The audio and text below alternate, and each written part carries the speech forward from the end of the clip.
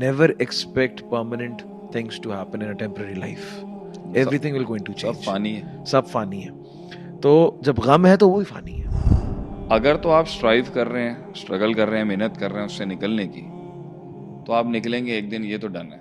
और अगर आप मेहनत करके निकलेंगे, लड़के निकलेंगे, सब्र से निकलेंगे, परसीवेरेंस से निकलेंगे, रेजिलियंस से निकलेंगे, तो वो तकलीफ आपको अल्लाह ताला जब उस कर्ब से आपकी जो तफरीज होगी वो आपको बहुत कुछ बना के निकालेगी.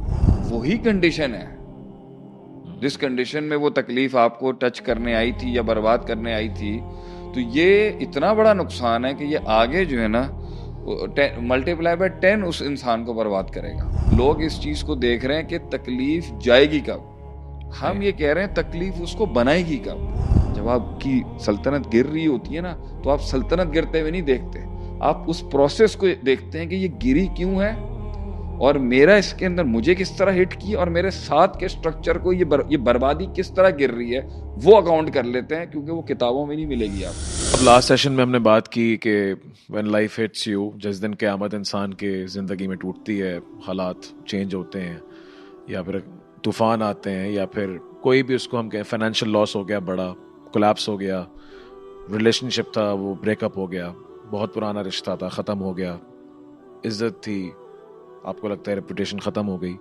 आज उसके एक नेक्स्ट वर्जन पे इंशाल्लाह हम बात करने जा रहे हैं और वो ये है कि रिकवरी किस तरह है. क्योंकि एक पहला सवाल जो इंसान को, आपने लास्ट सेशन में ये बोला था कि सवाल क्या है, बहुत सारे सवाल आए, क्या हुआ, वो एक पूरा जो है ना वो 2-3 महीने का एक समझे कोलैप्स होते हुए देखते हुए इंसान जो है तो रियलाइजेशन है, रोते हुए हो गया ये, रो रहा है, मार धार रहा है, 10 चीज़ें हैं. उसके बाद अब सवाल ये आ रहा है कि क्या कभी लाइफ नॉर्मल हो सकती है. हाँ होगी. क्या कभी दोबारा से मैं बिजनेस कर सकता हूँ. There is no problem, Adil, that comes to destroy you. Challenges come to make you. They don't come to take it all away. But at this very moment, this person is thinking that everything is destroyed. उसकी psychology तो उसकी तो वो तो होगा ना. तो इस तो नहीं होगा, डेफिनेटली होगा. Will life be normal again? आगे yes it will. But it depends कि आप क्या करना चाहते हो, आप क्या करोगे और आपने क्या करना है और उसके लिए क्या रिक्वायर्ड है. तो वो रिवर्स जरूर होगा. एक चीज़ जो आपने मुझे सिखाई थी बहुत पहले, मैं बहुत जगहों पर अप्लाई की है, लोगों को जब मैं गाइड करता हूँ उसके अंदर भी है कि फेज है, हर चीज़ एक फेज है. Life is a phase. मतलब कि अगर बहुत अल्लाह ताला ने हाथ खोल दिया है और आपके पास सोने, हर चीज़ सोना बन रही है ना, मट्टी पे हाथ भी लगा रहे हो सोना, everything is a phase. Never expect permanent things to happen in a temporary life. Everything will going to change. सब फानी है. सब फानी है. तो जब गम है तो वो ही फानी है. गम भी फानी. तो अगर ये सवाल आ रहा है कि will life be going to be normal in future, चाहे होता है ना, हम किसी का अल्लाह ना करे कोई बहुत करीबी चला जाए, दुनिया से इंतकाल हो जाए किसी का, तो आपको लगता है कौन, लेकिन आपको पता है 1 महीना 2 महीना साल नॉर्मल हो जाती है जिंदगी. चाहे आपका कोई बहुत बड़ा लॉस हो जाए, करियर के अंदर आप कहीं फेल हो जाओ, आप कोई पहुंचना एडमिशन करवाना चाहते थे नहीं हो सका, कहीं रिश्ता करना चाहते थे वहां नहीं हो सका, आपको लगता है कि यार अब तो खत्म है, मैं जी नहीं सकता इसके बगैर. लेकिन लोग जी जाते हैं. जो लोग वादे करते हैं रोज कि मैं तुम्हारे बगैर जी नहीं सकता. टेक्निकलिटी है. हाँ, अगर तो आप स्ट्राइव कर रहे हैं, स्ट्रगल कर रहे हैं, मेहनत कर रहे हैं उससे निकलने की, तो आप निकलेंगे एक दिन, ये तो डन है. ठीक है. और अगर आप मेहनत करके निकलेंगे, लड़के निकलेंगे, सब्र से निकलेंगे, परसीवेरेंस से निकलेंगे, रेजिलियंस से निकलेंगे, तो वो तकलीफ आपको अल्लाह ताला जब उस कर्ब से आपकी जो तफरीज होगी वो आपको बहुत कुछ बना के निकालेगी.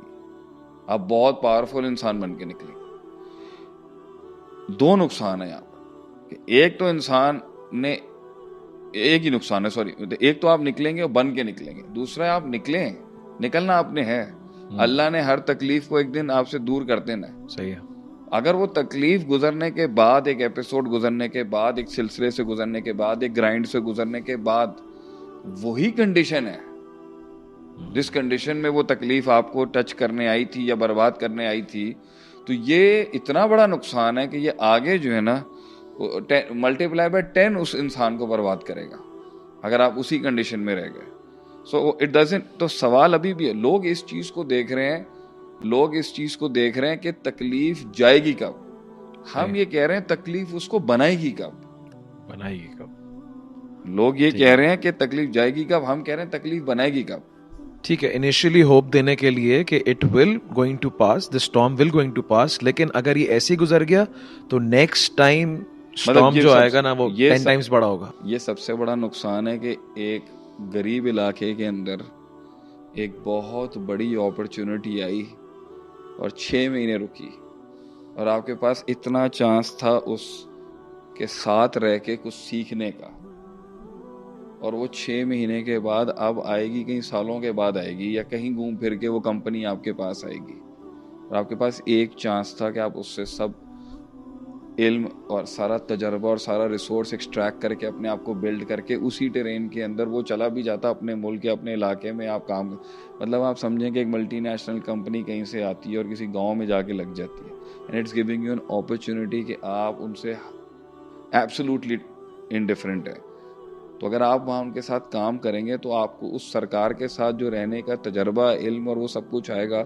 उनके जाने के बाद आप लोकल कितना बिजनेस लोकल कितनी चीज़ें कर सकती होंगी जो लोगों को नहीं पता होगा। प्रॉब्लम्स भी इन ऑर्गेनाइजेशनल और कंपनीज की तरह होती हैं, ये बर्बादियां भी ऐसी होती हैं कि अगर एक आदमी तलाक के प्रोसेस से गुजर रहा है तो उसने आर्ट ऑफ सेपरेशन सीखा है, आर्ट ऑफ मैनेजिंग स्ट्रेस सीखा है, वो फन सीखा है जिसके थ्रू एक अलहदगी होती है, एक जुदाई होती है।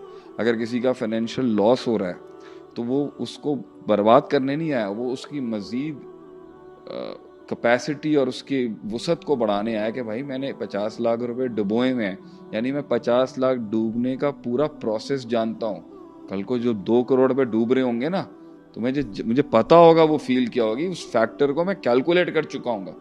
लेकिन अगर तूने 50 लाख डूबने के अंदर क्या क्या एलिमेंट्स उसके नहीं काम कर रहे थे, अगर उसका ख्याल नहीं रखा तो तू अगले 2 करोड़ बचाएगा कैसे? सही। So when you are falling down you don't have to look at what is coming down. जब आपकी सल्तनत गिर रही होती है ना तो आप सल्तनत गिरते हुए नहीं देखते, आप उस प्रोसेस को देखते हैं कि ये गिरी क्यों है और मेरा इसके अंदर मुझे किस तरह हिट की और मेरे साथ के स्ट्रक्चर को ये बर्बादी किस तरह गिर रही है, वो अकाउंट कर लेते हैं। क्योंकि वो किताबों में नहीं मिलेगी आपको, वो एक यूनिकली आपके साथ हो रहा है। तो इसलिए कहते हैं ना सजाएं भी रहमत ही होती हैं अल्लाह की, वो सिखाने आती हैं आपको, अगर सीख ले इंसान, अगर वो सीखता है तो फिर तो बहुत, अगर वो और उसने गुजर जाना है एक दिन कुछ अरसे के बाद। लेकिन अगर हमने नहीं सही समझा और हमने साइकोलॉजी नॉर्मल नहीं रखी और हमने नफ्सियाती पुख्तगी अपने अंदर नहीं पैदा की तो फिर तो बड़ा नुकसान है। आप कैरी करें इसके आगे, बहरहाल वो आ चुकी है और अब वो सीखना है उससे, वो ठीक है। ये नुक्ता अपनी जगह के ऊपर है कि वो बनाएगी या नहीं बनाएगी वो तो आगे है, ये इनका फैसला होगा अपना, जिनके साथ वो मसला है। लेकिन अब उसने अगर इससे निकलना है तो जितने पीरियड के लिए वो खड़ी है उसके लिए एक वाज़ेह स्ट्रैटेजी और एक प्लान ऑफ एक्शन उसके लिए होना चाहिए। उस पर आप बात कर लें उससे।